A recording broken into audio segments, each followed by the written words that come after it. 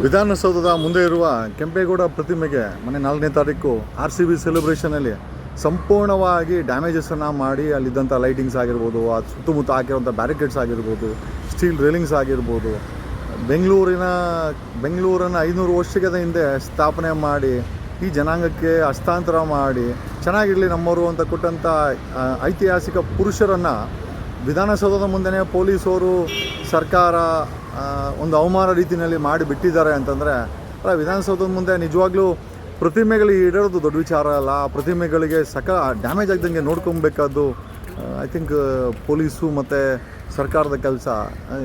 RCB celebration okay, ನಾವೆಲ್ಲ ಜೊತೆಲಿದ್ರಿ, but ಏನೋ celebration ಅನ್ನೋ ಹೆಸರಿನಲ್ಲಿ ಪುಡಾರಿಗಳು ಎಲ್ಲರೂ ಅಂತಲ್ಲ, ಒಂದಷ್ಟು ಜನ ಪುಡಾರಿಗಳು ಆ ಬ್ಯಾರಿಕೇಡ್ಸ್ಗಳನ್ನು ಮುರಿದಾಕಿ, ಆ ಕೆಂಪೇಗೌಡರು ಸುತ್ತಮುತ್ತ ಬ್ಯಾರಿಕೇಡ್ಸ್ಗಳನ್ನು ಮುರಿದಾಕಿ, ಆ ಸ್ಟೀಲ್ ರೇಲಿಂಗ್ಸನ್ನು ಮುರಿದಾಕಿ ನಿಜವಾಗ್ಲೂ ಒಂದು ರೀತಿಯ ಸಮುದಾಯಕ್ಕೆ ಮತ್ತು ಅವರನ್ನು ಫಾಲೋವರ್ಸ್ಗೆ ಮತ್ತು ಬೆಂಗಳೂರನ್ನು ಇದ್ದು ಅವರ ಋಣವನ್ನು ನಾವೆಲ್ಲ ಅನುಭವಿಸ್ತಾ ಇದ್ದೀವಿ. ಅವ್ರಿಗೆ ಮಾಡಿದಂಥ ಅಚಾತುರ್ಯ ಅಲ್ವಾ.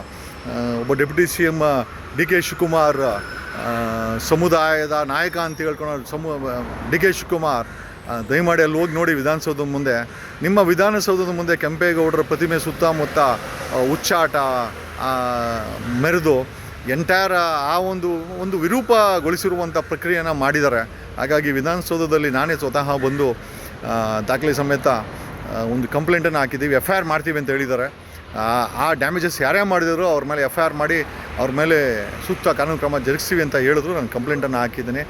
ಜಸ್ಟ್ ವಾಂಟೆಡ್ ಟು ಇಂಟಿಮೇಟ್, ದಯಮಾಡಿ ಇವತ್ತಿನ ಯುವ ಜನತೆಗೆ ಒಂದು ಡಿಸಿಪ್ಲಿನನ್ನು ಕೂಡ ಇವತ್ತಿನ ವ್ಯವಸ್ಥೆ ಕಲಿಬೇಕಾದ್ದು ತುಂಬ ಅವಶ್ಯಕತೆ.